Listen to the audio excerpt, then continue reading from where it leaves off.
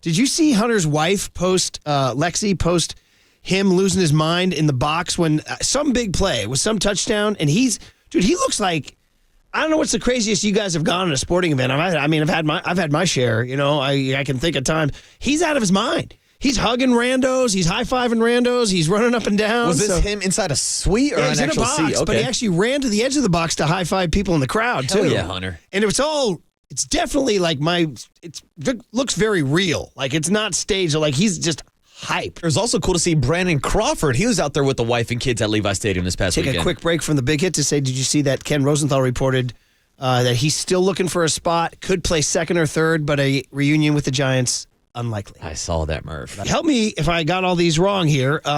Start down on the baseline, George Kittle and Ross Dwelly.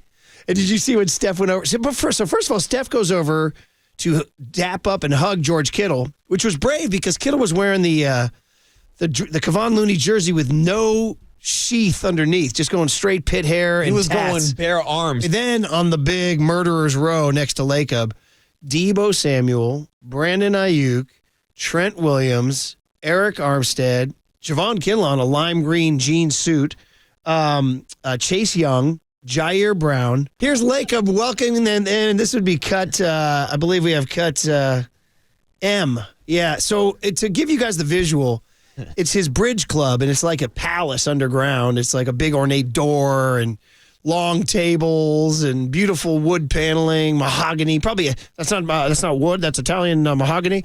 So he's just got them going, and he brings them in. They all have jerseys. See here, Deebo say, "I'm going to suit up." Trent Williams holding up his jersey, and then a great Lacob toast here. Major League heart attack, but it was a fantastic game. You guys, we all love you, man. Almost as much as the Warriors. But we love you guys. A lot of us are going to be at the game. We wish you well. Go 49ers. Yeah!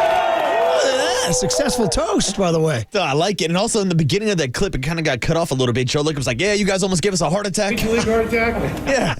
He got that in there. He got it. He's like, yeah, you almost killed me. He got the dig in there about, hey, next time don't fall down 24/7. So you had Lacob with the toast. They go out. They had a ball. It was great vibes everywhere. Draymond Green goes on with Fitz and Buki after the game on NBC Sports Bay Area. This is pretty good, Draymond on the Niners. I think it's going to be a great game. You're talking two great teams. It's been a lot of Brock Purdy slander over the last couple years, and the way he showed up in that second half of that conference championship game. I saw something that Stephen A. said where he said if Brock Purdy shows up in the Super Bowl, that's it. No more question of Brock Purdy. And I know better than that because he can show up in the Super Bowl, and if he start off the season bad, 4 bad games, they're going to be like, he's a game manager. So, those guys, though, they've been putting it together each and every year. Last year thought they was going to make the run at it, and, obviously Brock got hurt in that game. I think it was against the Eagles, if I'm not mistaken. And so to see them back healthy and with their team headed back to the Super Bowl is great.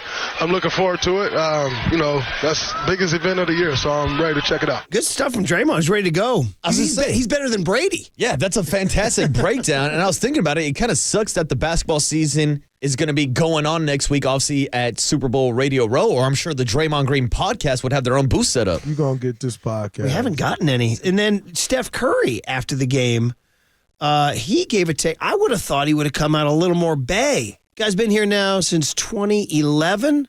Is that right? And here he is, not throwing his full allegiance behind the Niners. I mean, obviously, being here, you love to see the Niners get it done. I do love Mahomes and Kelsey. Got to play golf with them this summer.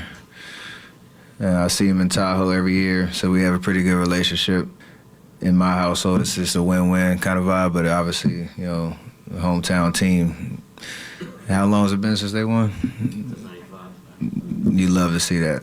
Okay, man. So he hedged his bets.